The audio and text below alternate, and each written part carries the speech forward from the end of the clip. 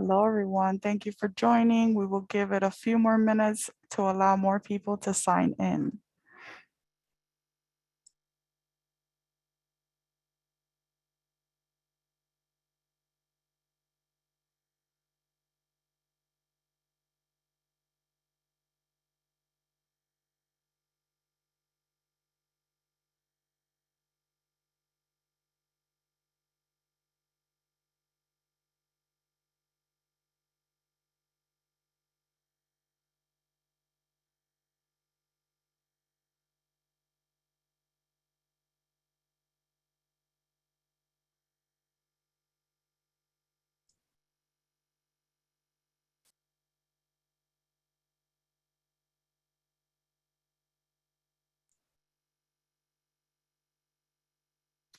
Okay.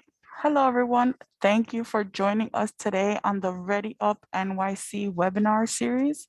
My name is Abigail, and I am part of the Ready New York team here at New York City Emergency Management. And today we will hear from Tom, who is a public warning specialist at Emergency Management. Today, he's going to cover the topic of emergency alerts, including the Notify NYC program, which is New York City's official source for information about emergency alerts and important services. We will have a Q&A session at the end of the presentation. So please use the Q&A button on the screen if you do have one. And Tom, please get started. Hello, everybody. My name is Tom. I'm going to talk to you about Notify NYC today, which is the city's official public notification opt-in service. It's completely free. I'm going to explain all of the duties that we have as public warning specialists and the messages that we send out, how you can receive them, how we get our information. And without further ado, I'll just start now. What is Notify NYC? Notify NYC is a free, customizable opt-in notification service that allows New Yorkers to receive up-to-the-minute information about emergency situations and planned events in New York City.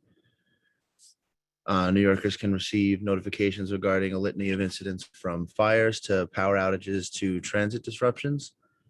Subscribers can opt in to receive notifications based on incident type and can select up to 5 different locations as notification areas. Basically, we send out notifications about an incident at a specific location, and if you live in that area, or if you work in that area, or if you have family in the area, you can get the notification regarding the fire or the major traffic disruption, the power outage, or the transit disruption, things like that. Notify NYC is also integrated with the wireless emergency alert system and the emergency alert system for large emergency events. We can talk about those more later. The team consists of 6 public warning specialists with at least one on duty 24 hours a day, 7 days a week. The specialists have issued between 2,500 and 3,700 messages per year, covering several different message groups and distribution areas. Some messages go citywide, some messages go borough-wide, some go to parts of a borough, and others go to just a zip code in one borough, depending on the size of the event and the, importance of the situation. Each PWS, we get our information from monitoring emails, citywide radios, phones, and traffic cameras in order to keep full situational awareness of all incidents throughout the city. We coordinate constantly with our own press office, with City Hall, NYPD, FDNY, Con Edison, and National Grid to make sure we have the correct information and that we can get the information out to the public as quick as possible. It is our job to craft the messages and issue them to the public based on what we would consider to be the most effective notification group. So just to give an example, when the 5-alarm fire happened in the Bronx last week, we issued several messages for that, one being the fire, just a notification of a fire in the area. And we sent that to the zip code that the fire was in, as well as the several surrounding zip codes. On top of that, we activated our UVIS identification system alert. When there's a mass casualty event like that was, we are able to activate UVIS, which people can go into and search for missing relatives or things like that. And we sent that notification citywide because that would be a place that we feel like everybody should be able to receive that notification. So major events, major messages we can send to a large scale, whereas smaller messages like a power outage in one zip code can just go to that zip code. There are 3 different ways to receive notifications from Notify NYC: email, SMS, and text messages. We have 220,925 subscribers for that. Our mobile app notifications come through obviously a mobile app. You can get that in the Apple Store or the Google Play Store on your iPhone or Android.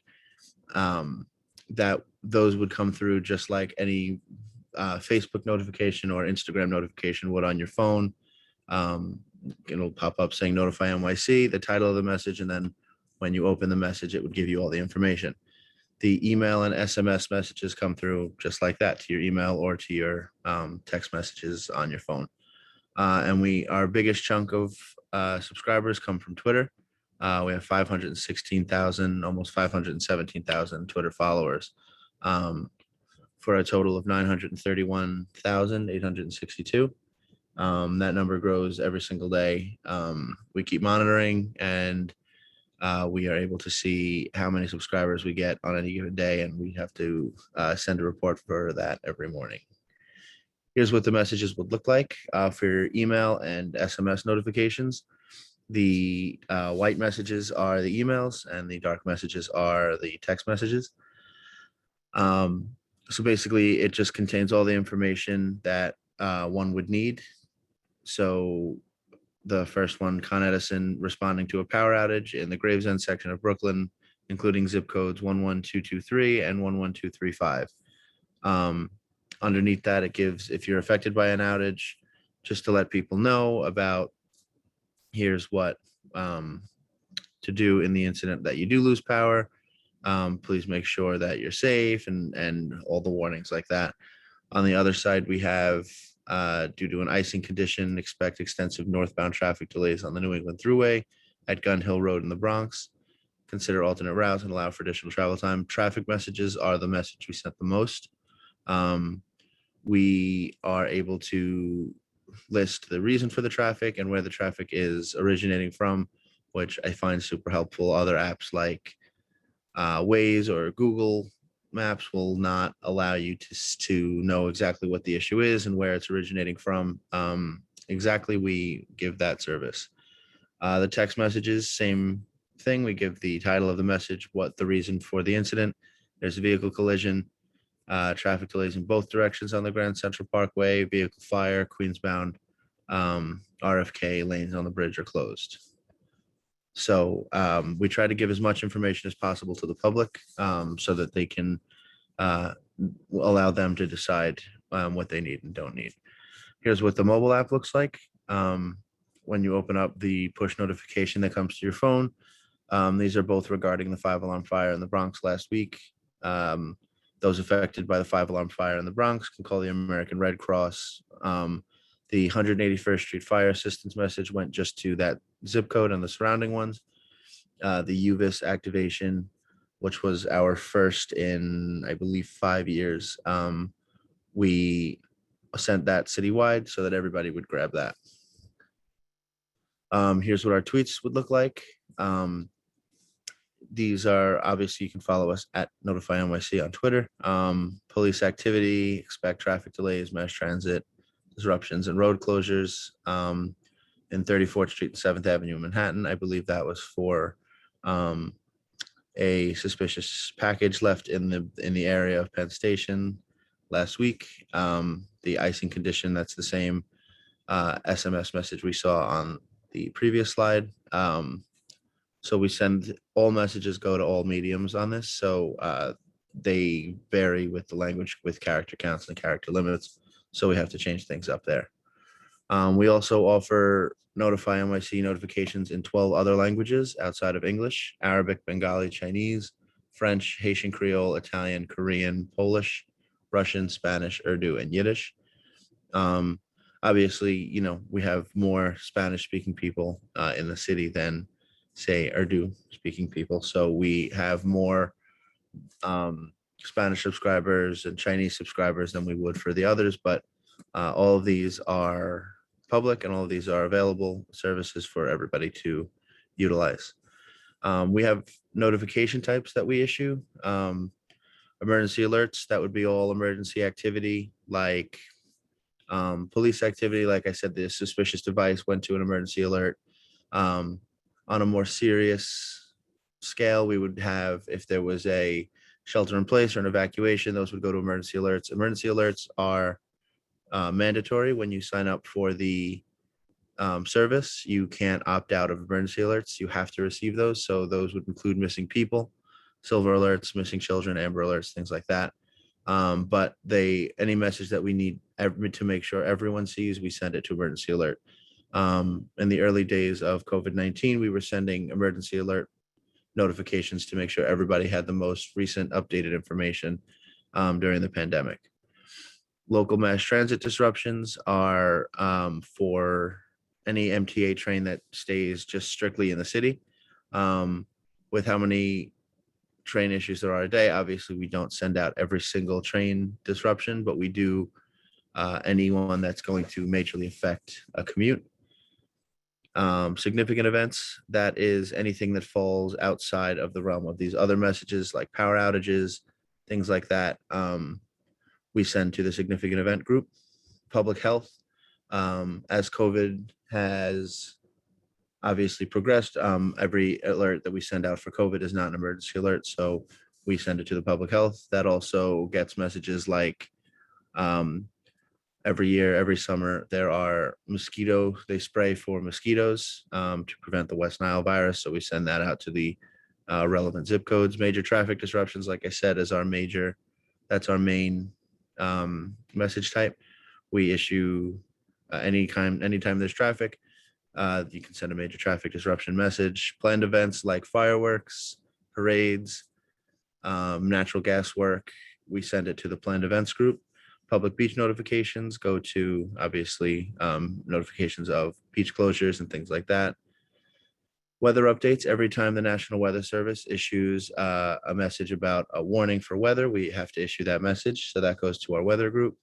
Regional mass transit goes to the LIRR, Amtrak, the Path, New Jersey Transit, any train that goes in New York City, but also leaves the city to go elsewhere. So again, like the railroad, New Jersey Transit, things like that. And ferry disruptions regarding the NYC ferry, the Sea Streak, the Staten Island ferry, all of those would go to the ferry disruption group. Now, all of these message types, once you sign up for the service, you can either opt in or out of each of those message types. If you don't have a car, you wouldn't want to receive the traffic messages. If you don't ever take the ferry, you wouldn't want to receive the ferry messages. So you can opt in or out to receive messages regarding those specific groups. We also operate Nixle.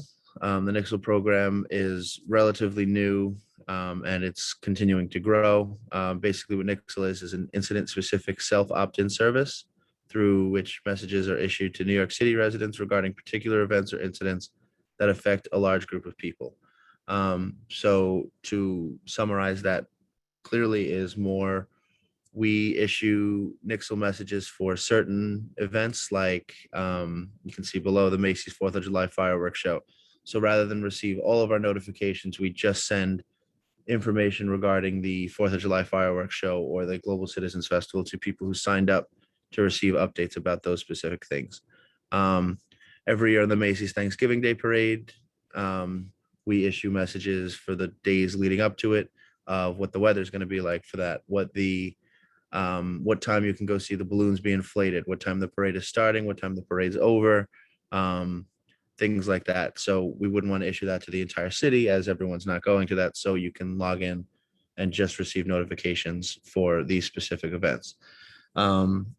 Nixle began as doing specifically planned events, like the New Year's Eve celebration in Times Square, the Global Citizens Festival in the city, Thanksgiving Day, obviously, but now has evolved to do more emergency messaging if there is a major emergency that affects a large amount of people. So, say the 5 alarm fire, we activated it the last week for the residents of that building to opt in and receive notifications about the service center, about who to speak to at American Red Cross if you need assistance with finding a place to live. We also did it for the South Conduit Avenue sewage incident a few years ago.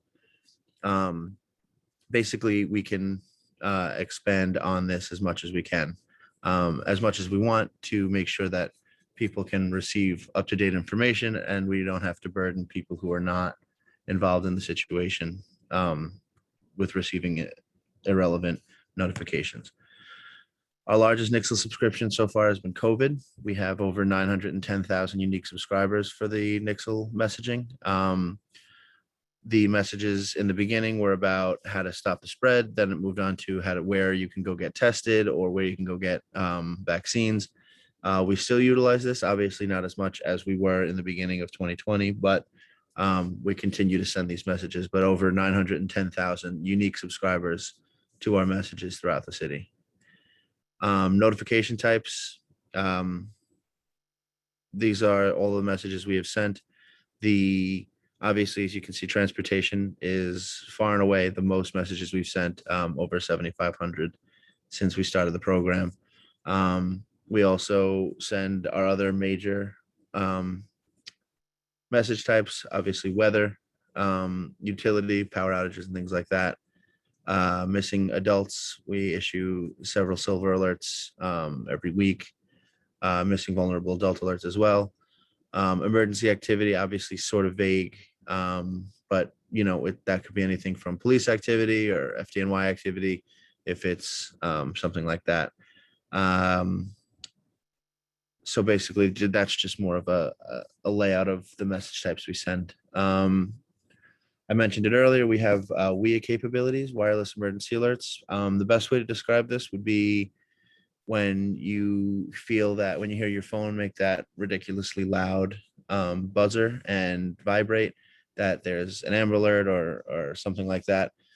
We issue those types of messages. We do not issue any weather messages to the wireless emergency alert or any missing persons, as those are for the National Weather Service and the New York State Police. We issue pretty much everything else that you would receive. So we can issue, basically what we are able to do with this is issue a message to all WIA capable phones in a selected area. If we want to send it to just Times Square, we could send it to just Times Square, and every able phone in the area will receive the notification regarding what it is. So this is useful as we can send it to an area where we want people to evacuate, an area where we want people to shelter in place. We're able to just reach phones immediately without having to actually go through the process of issuing a message and hoping that enough people have the notification service. So far, we've issued 20 WIAs to the city. They've covered the citywide curfews last year, emergency energy conservations, travel bans, COVID-19 information, and shelter in place mandates. The citywide curfews were, I believe, in June of 2020. There were protests as well as surge in COVID. So Mayor de Blasio implemented a citywide curfew. We sent that out to the city.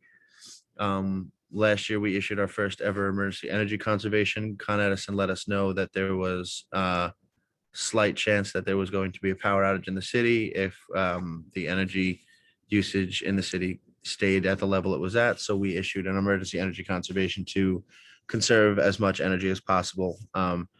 And actually, after we issued the message, we received notification of a major dip in energy use levels.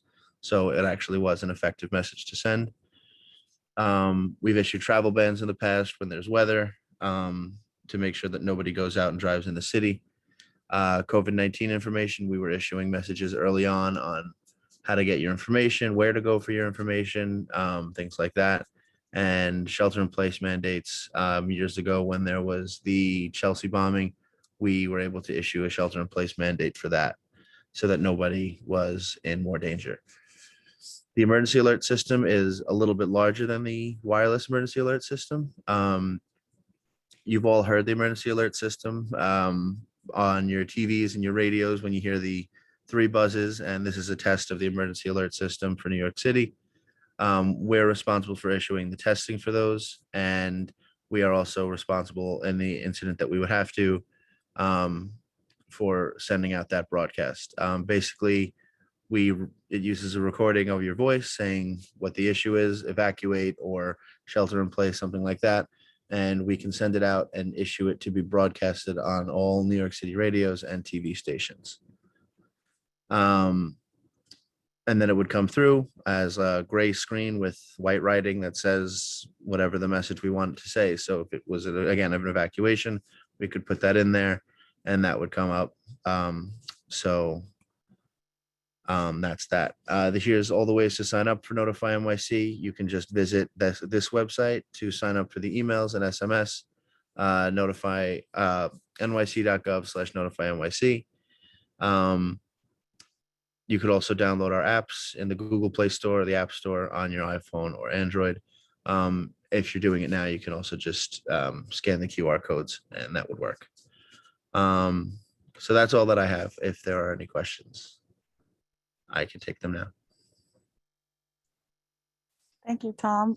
Like I mentioned earlier, if you have any questions, please throw them in the Q&A section so we can answer them for you. We'll give everyone a few minutes. I also threw the Notify NYC link in the chat in case you are using your cell phone and can't scan the QR code. So if you are interested, you can sign up that way also.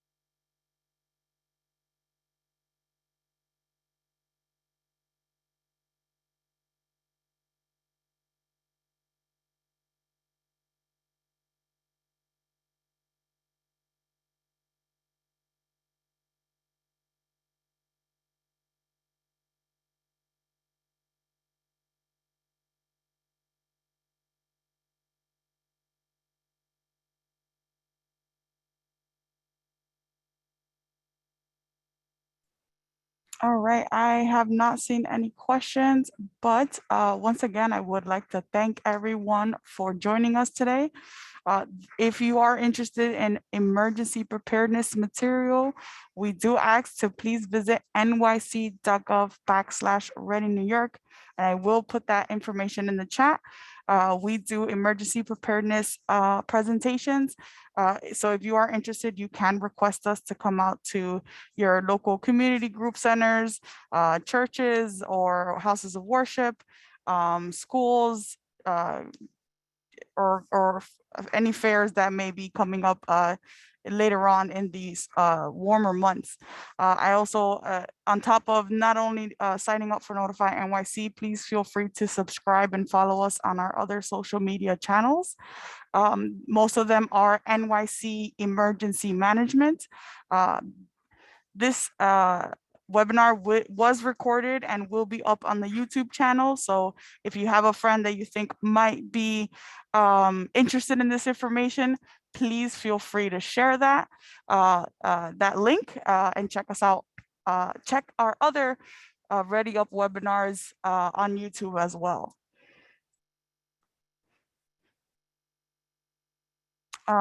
Sure thing. I do have, I see something in the chat. Can we, Tom, put up the backup, the QR code so that people have a chance to scan those?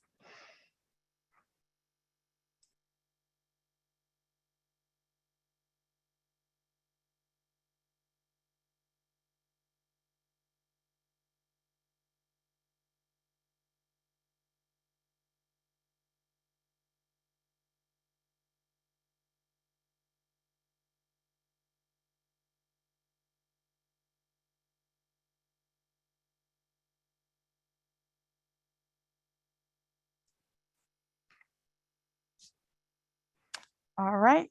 Thank you one more time. And we hope you enjoy the rest of your afternoon.